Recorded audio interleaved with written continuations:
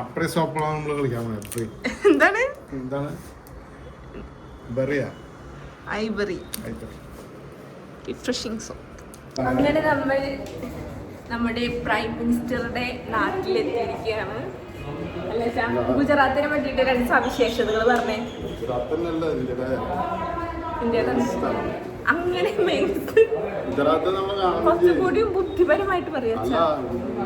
എന്നും ന്യൂസ് പേപ്പറൊക്കെ വായിക്കുന്നത് കാണാണ്ടല്ലോ, പക്ഷേ ഒന്നും പറയാതെ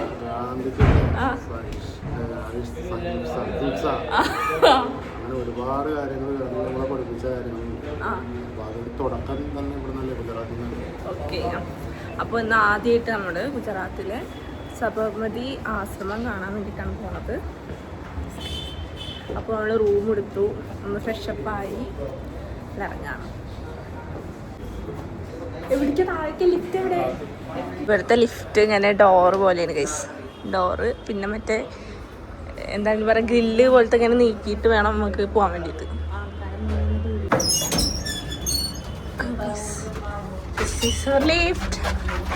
ഗ്രില്ലാണ് ഗൈസ്. അച്ഛനോട് ചോദിക്കാം ഗുജറാത്തിനെ പറ്റിയിട്ട് അച്ഛൻ എന്തൊക്കെയാ പറയാനുള്ളത്? ഗുജറാത്തിനെ പറ്റുന്ന രാഷ്ട്രപിതാവ് ഗാന്ധിജിയുടെ ജന്മസ്ഥലം, അതുകൂടെ സ്വാതന്ത്ര്യ സമരങ്ങളിൽ പങ്കെടുത്ത ഒരുപാട് നേതാക്കന്മാർ, സ്വാതന്ത്ര്യ സമര നേതാക്കന്മാരുടെ ഒരുപാട് സ്ഥലങ്ങൾ, അവരുടെ ജന്മസ്ഥലങ്ങളും ഗുജറാത്താണ്. പ്രധാനമന്ത്രിയുടെ ഒരുപാട് പ്രത്യേകത ഈ നാടിലുണ്ട്. അച്ഛൻ ഒന്ന് പ്രിപ്പയർ ആയി നിന്നിട്ടാട്ടോ അതൊക്കെ പറഞ്ഞു. പെട്ടെന്ന് ചോദിച്ചപ്പോൾ അച്ഛനൊരു അന്താളിപ്പായിരുന്നു. അതുകൊണ്ടാണ് അച്ഛൻ ഗുജറാത്ത് ഇന്ത്യയിലെ ഒരു പ്രധാനപ്പെട്ട സ്ഥലത്തിൽ നിന്ന് പറഞ്ഞു. അങ്ങനെ പറഞ്ഞിട്ട്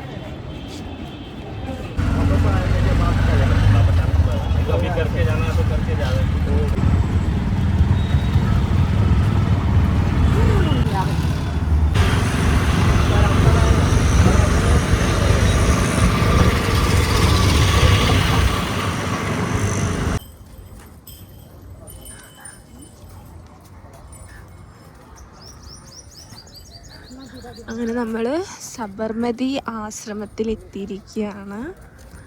സബർമതി നദിയുടെ തീരത്തായിട്ടാണ് ഈ ഒരു ആശ്രമം സ്ഥിതി ചെയ്യുന്നത്.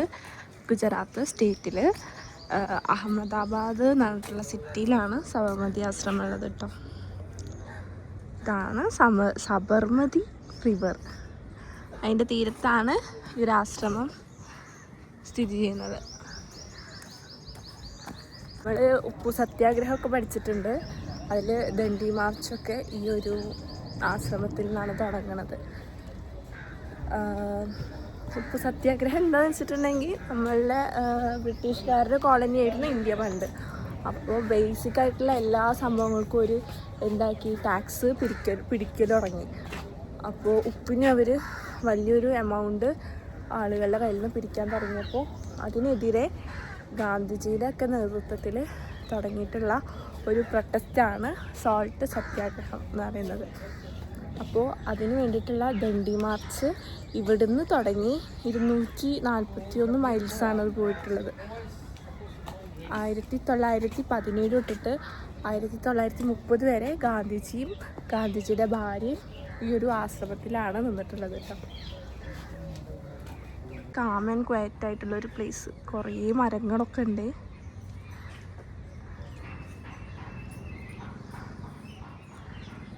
അവിടെ ഉണ്ട് ഒരു ക്വയറ്റ് ഇല്ലാത്ത ഒരാളതാ നിൽക്കുന്നത്.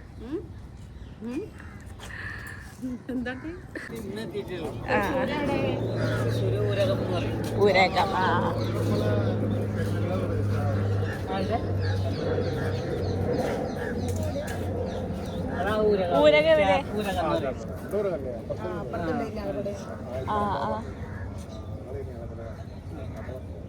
ശരി, ഞങ്ങള് കാണാൻ. അതെ അതെ, പൊന്നാനി.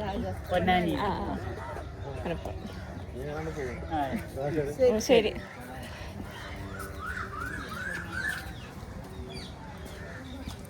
മലയാളികളെ കണ്ട് ഭയങ്കര ആശ്വാസമല്ലേ? എന്ന് കണ്ടതാണ്.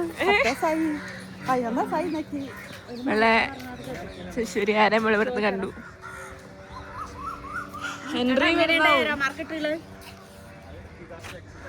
ഇവിടുന്നാണ് ഇങ്ങനെ പോവാ. പക്ഷെ ഇവിടുന്ന് തുടങ്ങണേ ഉപാസന മന്ദിർ.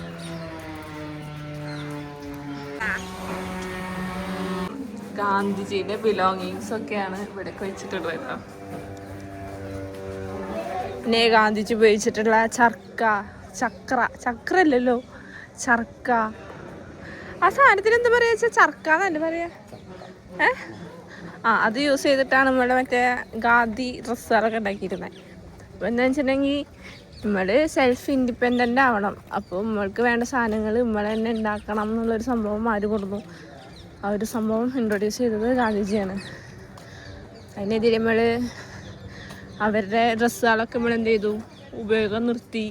അല്ലച്ചാ ലോക്കലി ഉണ്ടാക്കുന്ന പ്രൊഡക്റ്റ് കൂടുതൽ ഉപയോഗിക്കാൻ വേണ്ടിയിട്ട് ആര് വിപണിയിലേക്ക് ഇറക്കി, അത് പ്രൊമോട്ട് ചെയ്തു. ഇങ്ങനെയൊക്കെയാണ് ഗാന്ധിജി ബ്രിട്ടീഷുകാരെ പ്രൊട്ടസ്റ്റ് ചെയ്തിരുന്നത്. അതും സ്വദേശീവൽക്കരണത്തിലൂടെയാണ് നമ്മളെ എംപവർ ചെയ്തിരുന്നത് ഗാന്ധിജി. അതോടൊപ്പം തന്നെ നോൺ വയലൻസ്, അതായത് അക്രമരഹിതമായിട്ടുള്ള ഒരു പ്രൊട്ടസ്റ്റാണ് ആൾ എൻകറേജ് ചെയ്തിരുന്നത്. ഇതാണ് രവീന്ദ്രനാഥ് ടാഗോർ, നമ്മളെ ജനഗണമനൊക്കെ എഴുതിയ ആള്.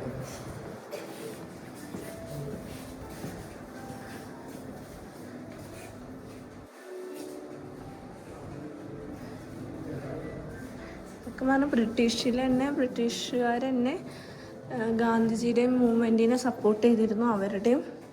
അതുപോലെ തന്നെ ഇൻഡിപെൻഡൻറ്റ് ലീഡേഴ്സിൻ്റെ ഒക്കെ ഫോട്ടോസും കാര്യങ്ങളൊക്കെയാണ്. അവരുടെയൊക്കെ ഒരു ഗാലറിയാണിത്.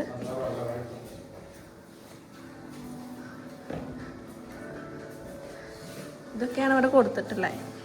രാജേന്ദ്ര പ്രസാദ്, നമ്മുടെ ഇന്ത്യയിലെ ആദ്യത്തെ പ്രസിഡന്റ് ആയിരുന്നു ആര്? രാജേന്ദ്ര പ്രസാദ്.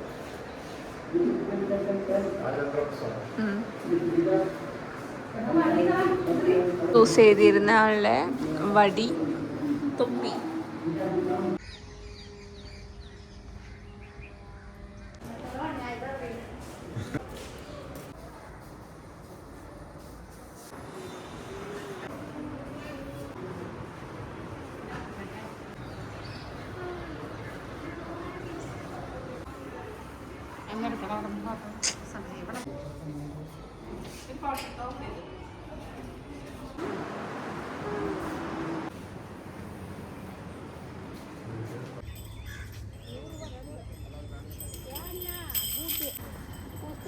നമ്മുടെ വണ്ടി ഇതാ വരുന്നു.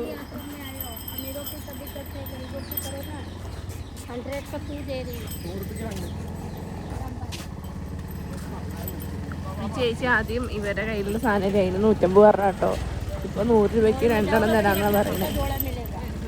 ഞങ്ങള് വാങ്ങുന്നില്ല.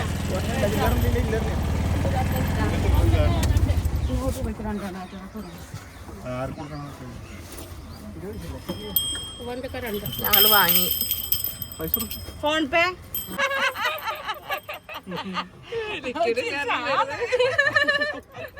നല്ല ചിരി.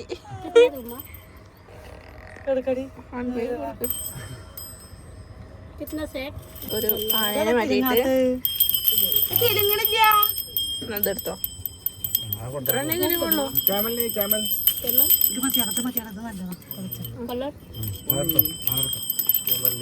ക്യാമലി ഇതാ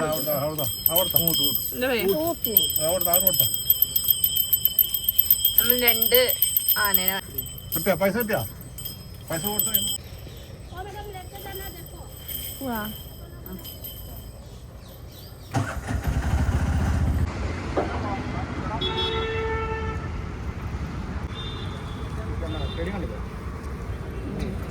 ഗൈസ്, ഇതാണ് നരേന്ദ്രമോദി സ്റ്റേഡിയം.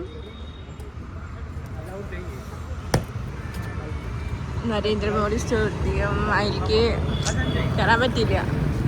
പിന്നെ മാച്ചുള്ള ടൈമിൽ കയറുകയാണെങ്കിൽ ഒരാൾക്ക് മിനിമം 1000 ആണ്. പിന്നെ സീറ്റ് അനുസരിച്ചിട്ടൊക്കെ മറ്റേ ടിക്കറ്റ് ചാർജ് കൂടും കേട്ടോ. മാക്സിമം 25,000. അപ്പോൾ നമ്മൾ ഇവിടെ നിന്ന് അടുത്ത സ്ഥലത്തോട്ട് പോവാണ്. നല്ല വെയില്.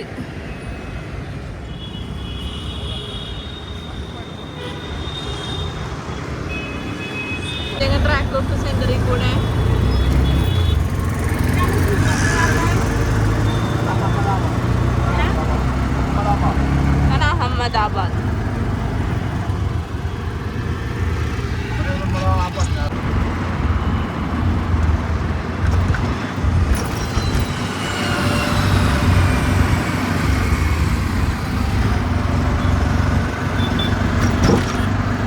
Special track four bus.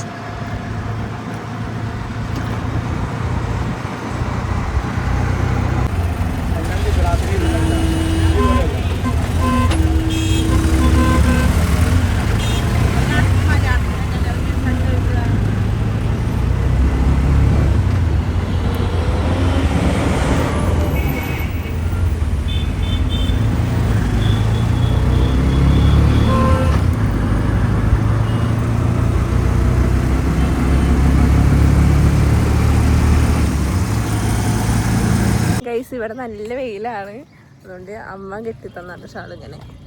അപ്പോൾ നമ്മൾ ഗുജറാത്തിലെ ഏറ്റവും ഫേമസ് ആയിട്ടുള്ള സ്റ്റെപ്പല് കാണാൻ വന്നിരിക്കുകയാണ്. സ്റ്റെപ്പല് എന്ന് പറയുമ്പോൾ കിണറിൻ്റെ ചുറ്റും ഇങ്ങനെ നല്ല ഭംഗിയുള്ള ആർക്കിടെക്ചറും കൊത്തുപണികളും ഒക്കെ ആക്കിയിട്ടാണ് ഈ ഒരു വെല്ല് പണിതിട്ടുള്ളത്. ഇത് പറയുമ്പോൾ ഇവിടെയൊക്കെ കുറച്ചും കൂടി വെള്ളം കിട്ടാൻ കുറച്ച് ബുദ്ധിമുട്ടുള്ള സ്ഥലങ്ങളല്ലേ, അപ്പോൾ വെള്ളം സ്റ്റോർ ചെയ്യാനും ഒക്കെയുള്ള പർപ്പസിലാണ് താഴേക്ക് കുറേ പടികളായിട്ട് ഈ ഒരു കിണർ പണിതിട്ടുള്ളത്. നമ്മുടെ നാട്ടിൽ നിന്നൊക്കെ വെച്ചാൽ സാധാ റിങ് ഇറക്കിയിട്ടുള്ള കിണറല്ലേ, ഇവിടെ എന്ന് പറയുമ്പോൾ ചുറ്റിൽ നല്ല എന്താ പറയുക തൂണുകളും പടികളും ഒക്കെ ഉണ്ട്. ഇവിടെ തന്നെയാണ് പണ്ടത്തെ വില്ലേജേഴ്സൊക്കെ വന്നിട്ട് ഇത് വർത്താനൊക്കെ പറയാന്നുള്ള ഒരു പർപ്പസും ഈ ഒരു സ്റ്റെപ്പലിനുണ്ട്. ഇതാണ് സ്റ്റെപ്പൽ. കണ്ടോ, ഇതൊരു കിണറാന്ന് പറഞ്ഞാൽ ആരെങ്കിലും വിശ്വസിക്കും? കല്ലും കൊത്തുപണികളും ഒക്കെ ഉള്ള ഒരു കിണർ.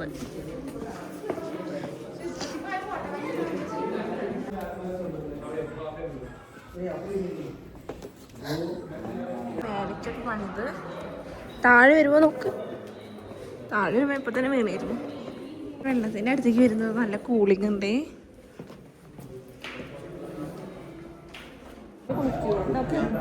കുടിക്കുക, മലയാളം സംസാരിക്കണം. അപ്പം മലയാളിയാവും. അഹമ്മദാബാദ് എത്തിയപ്പോൾ മലയാളികൾ കുറെ കണ്ടു. സബർമതി ആശ്രമത്തിൽ നിന്നൊക്കെ മലയാളികളുണ്ട്. എറണാകുളം ഇങ്ങോട്ട് താഴേക്ക് വന്നത് നല്ല തണവില്ല വെച്ചാൽ ഹോട്ടലൊന്നും ഉണ്ടായിട്ടില്ല. കേരളത്തിലത്തെ പോലെ ഗുജറാത്തിൽ ഹ്യൂമിഡിറ്റി ഉണ്ട് ഗൈസ്. ഇട്ടുണ്ട് ശരി. എന്നാ കിണറ്റിന്റെ മറ്റേ വെള്ളം സ്റ്റോർ ചെയ്തില്ലേ?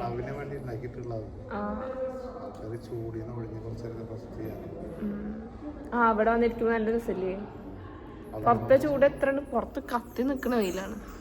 ടൈമിൽ ഇവിടെ ഭയങ്കര കൂളിംഗ് ആണ്. യുനെസ്കോയുടെ എന്താണ് അല്ലാതെ പിന്നെ രാത്രി പോകൂലേ? ഇങ്ങോട്ട് പറയാ, ഞങ്ങൾക്കൊരു യുനെസ്കോയുടെ വേൾഡ് ഹെറിറ്റേജ് സിറ്റി ആയിട്ട് എന്തോ ആയിട്ട് പ്രഖ്യാപിച്ചിട്ടുണ്ട് ഗൈസ്.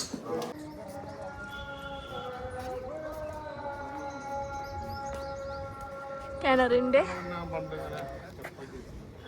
ഇങ്ങനെ ഇറങ്ങാല്ലേ, കിണറിലേക്ക് ഇങ്ങനെയും പാസേജ് ഉണ്ട്.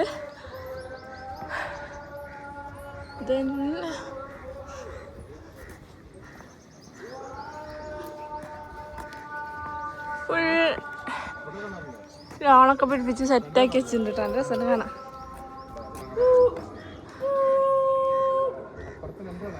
രണ്ട് കിണറുണ്ടാ? ആ, രണ്ടെണ്ണം ഉണ്ടാവും. ഇതാ തോന്നുന്നു ഏറ്റവും വലിയത് അല്ലേ, കുറച്ചും കൂടി വലിപ്പമുള്ള.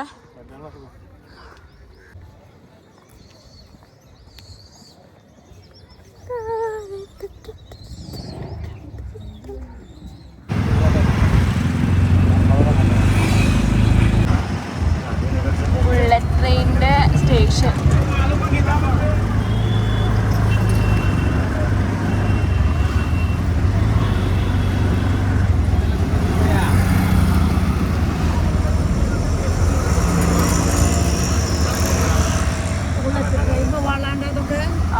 പാസേജ് നമുക്ക് നടക്കാനുള്ള പാസേജ് അതില്ല. ആ ബിൽഡിംഗ് ഇല്ലേ, അത് ബുള്ളറ്റ് ട്രെയിനിന്റെ സ്റ്റേഷനാണ്.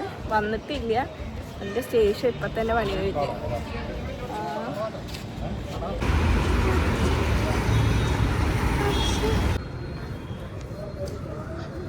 ഇനി ഭക്ഷണം കഴിക്കാം, വിശക്കുന്നു.